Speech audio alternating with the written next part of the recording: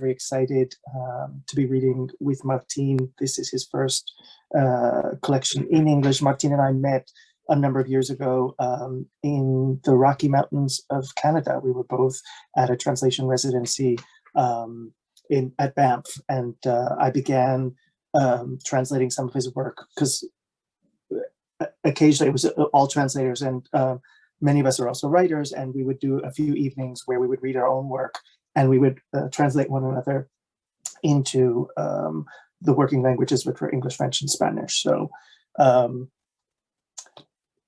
Martin, are you unmuted? Yeah, I think Okay. so. Am I? Like, can you Yep. hear me? Perfect. Okay, so first of all, thank you very much, Aaron and Broken Sleep, for making a space for my poetry, and obviously thank you very much for to Lawrence to spend time bringing this into his main language. This book, the title of the book, Sometimes I Write Poems and Sometimes I Read Poems, has to do with something that I truly believe about, having a mutating voice instead of like established, unique, recognizable voice as an author. I like these switching styles a lot. Like, I try to make different books every time. I don't know if I accomplish it at all, but I try to. So yeah, it has to do with that. It has a lot of dark humor, absurd humor things.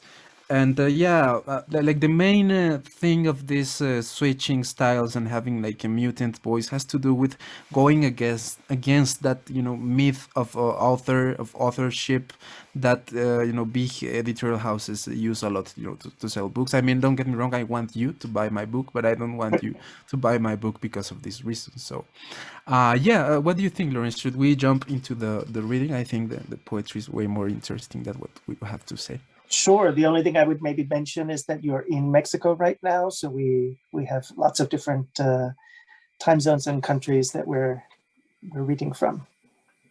Sure. So let's begin.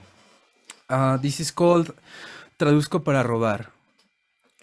Traduzco a los autores que luego de leerles me dejan con el siguiente pensamiento flotando en la cabeza. ¿Por qué no escribí yo ese poema? Traduciré entonces mi manera de escribir esos poemas, de ser a través del proceso esos autores, leemos para ser otros, escribimos para ser otros, y en ese dejar de ser encontrarnos o perdernos, no importa, traduzco para robar y me dejo traducir para ser robado, para que otros puedan ser a través de mí, yo, para dejar de existir, al menos durante el tiempo que tardan esos ojos, esas otras lenguas en recorrerme, la versión de mí que el texto muestra, y casi siempre eso me alivia. Traducir es una posibilidad de que el alivio ocurra. I translate to steal. I translate the authors who, after reading them, leave me with the following thought floating in my head. Why didn't I write that poem? To translate is, then, my way of writing those poems. To be, through that process, those authors. We read to be others, we write to be others, and in ceasing to be, find ourselves, or lose ourselves, it doesn't matter. I translate to steal, and I let myself be translated to be stolen, so that others might be, through me, myself, to cease to exist, at least for the time that those eyes take, those other tongues in traversing me, the version of me that the text offers. And almost always that relieves me. Translation is the possibility of relief occurring.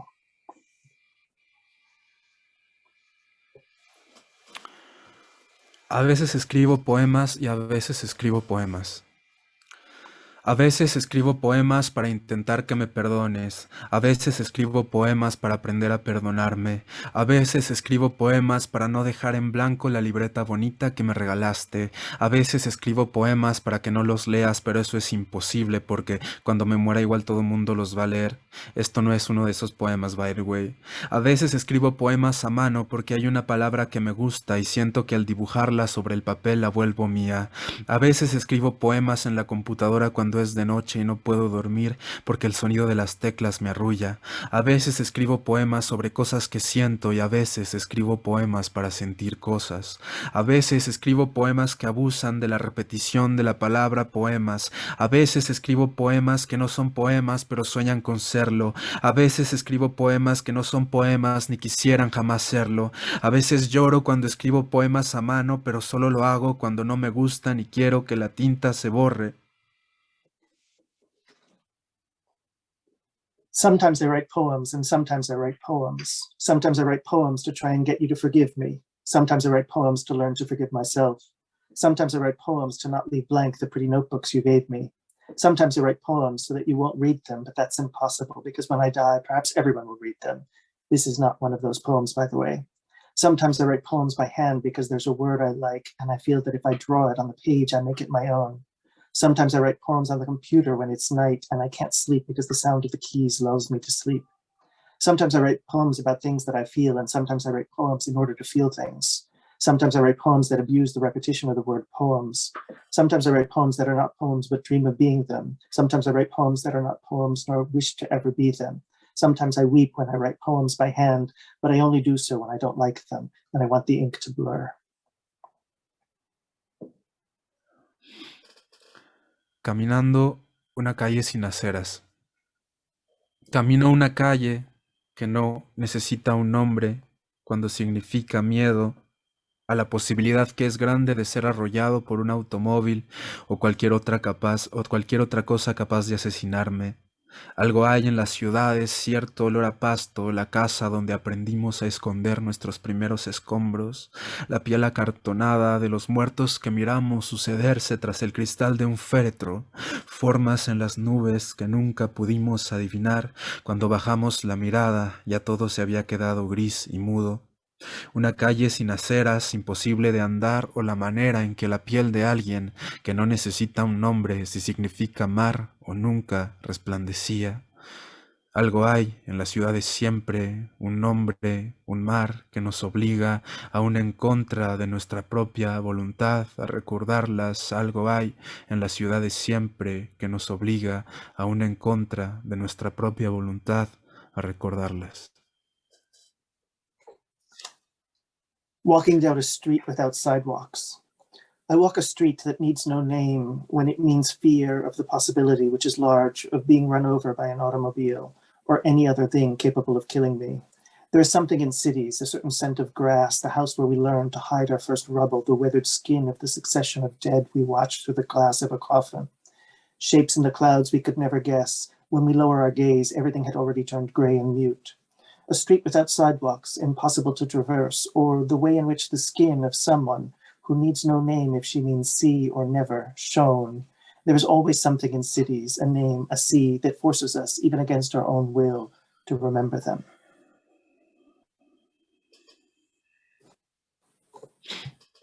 Aves como flechas suicidas que nadie dispara en ningún cielo. Explícame ahora el hambre. Hay el hambre y hay la muerte y entre ellas apenas un cabello que cabe.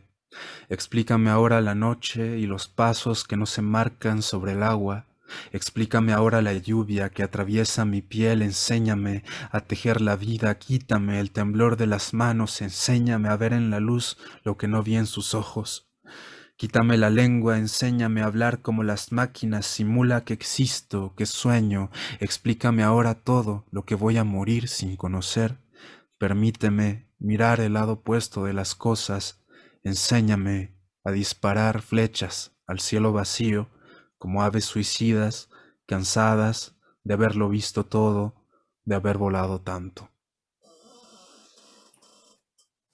Birds like suicidal arrows, shot by no one, in no sky, explain to me now hunger. There is hunger and there is death, and between them barely a hair can fit. Now explain to me night, and the steps that leave no trace upon the water. Now explain to me the rain that crosses my skin. Teach me how to knit life, remove from me the trembling of my hands. Teach me to see in the light what I don't see in your eyes. Remove my tongue, teach me to speak like the machines, pretend that I exist, that I dream. Explain to me now everything I shall die without knowing. Let me see the opposite side of things. Show me how to shoot arrows at the empty sky like suicidal birds. tired of having seen everything, of having flown so far. Big Data. Todo es pasajero y todos somos pasajeros del mismo vehículo suicida. Nunca confíes en los instintos, baja por favor los codos de la mesa, levanta el rostro y sonríe, no olvides que está siendo filmado. Big data. Everything passes and we're all passengers of the same suicidal vehicle. Never trust your instincts. Please take your elbows off the table, lift your chin and smile. Don't forget that you're being recorded.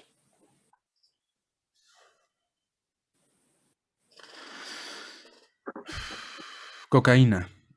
Dijiste, hay flores en todas las flores. Leías un poema de Anne Sexton y tu voz se deshacía igual que una corriente arrastra un barco de papel hacia el desagüe.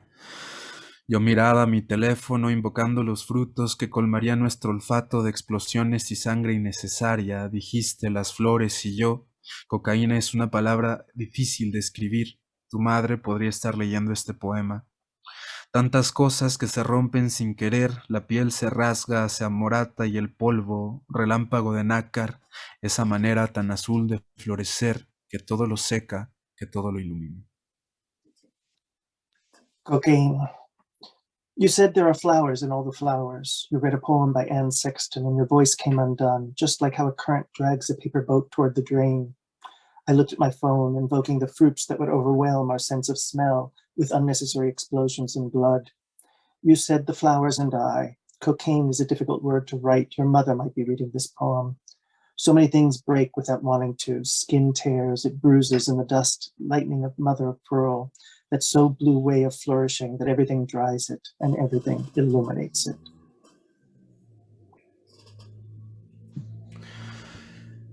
Y nací agua, y nací flor de escupitajos, y nací sobre el color azul y mi sentido del olfato. Nací en otro país pasados los 20 años y volví a nacer aquí pasados los 20 años. En ningún momento quise ser eterno. Serví a propósitos más realistas como el placer o la poesía. Estudié algunos semestres de la carrera, miré al sol hasta deshacerme los ojos innecesariamente. Hoy sigo teniendo cosas que decir, como que estoy demasiado vivo y no quiero que me falte el tiempo, pero menos quiero que me sobre. No hay suficiente amor en el mundo, nunca lo ha habido. Fuera de eso no hay problemas. La moneda va a estabilizarse, van a liberar a presos y encerrarán a otros, los perseguidos perseguirán y así. No te preocupes, lo peor de las cosas es que siempre retoman su curso. And I was born water, and I was born flower of spittle, and I was born upon the color blue and my sense of smell. I was born in another country after I was 20, and I was reborn here after I was 20. At no moment did I wish to be eternal. I served more realistic aims, such as pleasure or poetry. I studied a few semesters of college. I looked at the sun until undoing my eyes unnecessarily. Today I keep having things to say, like that I'm too alive, and I don't want to lack time, but less do I want to have an excess of it. There's not enough love in the world. There never has been. Beyond that, there are no problems. Money will stabilize. They shall free the prisoners and jail others. The persecuted will persecute and so on. Don't worry. The worst of all is that things always resume their course. Muchas gracias. Eso fue todo por mi parte. Thank you very much. And yeah, awesome. On layer, on rest. How is it? Like the phrase that we lay translated? out your unrest. Lay out your unrest forever. Thank you very much. Yeah. We're so excited that this book is making its way out into the world, and hopefully Brexit will let the books come to me in Spain. And, you know, in Martin's case, it's just a transatlantic crossing that is delaying them. But